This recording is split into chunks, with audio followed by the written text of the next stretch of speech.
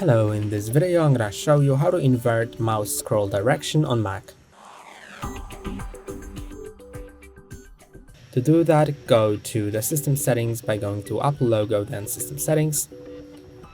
And now you can invert it for mouse or for trackpad.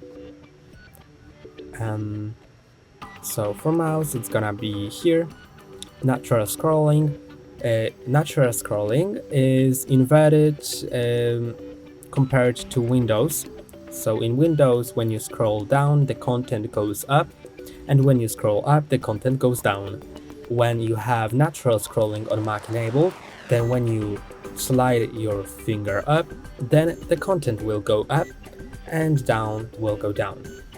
When you disable it, you can see on the animation, it's like on Windows, but I prefer natural scrolling because I'm used to that. And to change it on trackpad, go to trackpad, then scroll and zoom, and here is natural scrolling. When you hover over it, you'll also see the animation.